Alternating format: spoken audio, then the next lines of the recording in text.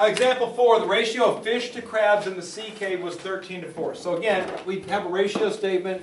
It says the ratio of fish first, and 13 first, to crabs second, 4 second. And it says there were 119 fish and crabs. That's not 119 fish or 119 crabs, but instead 119 of everything. So they're again giving us a total. So if I got fish and crabs are my categories, and then I'm going to have a total row also, because again, what they're giving me here is not how many fish there are or how many crabs there are, but instead of how many sea animals there are. So I've got my ratio here, I got my actual here. Again, abbreviation's fine as long as you know what the abbreviations mean. We can see here that fish is first, 13 is first, so 13 goes under fish ratio. Crab second, 4 second, so 4 goes in the crab ratio column.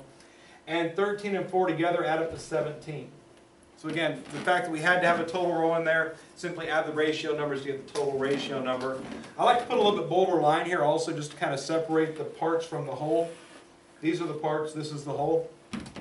There were 119 fish and crab, that's right here. How many were fish? That's what we don't know. And once again, we got ourselves a proportion. Crabs was helpful to get us to 17, but now that row is no longer necessary because they didn't ask us anything about how many crabs there were. So I know that 13 over 17 equals x over 119. So cross multiply, I get 17x for that product. It's a little hard to do in my head. 1547.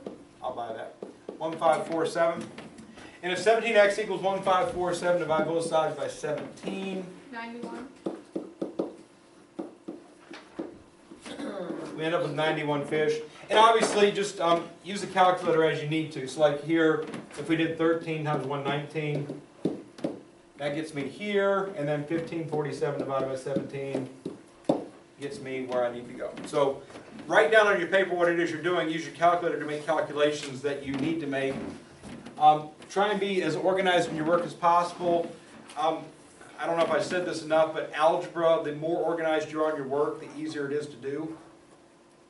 Okay, so if you aren't organized right now, that would be a good habit to create as soon as possible.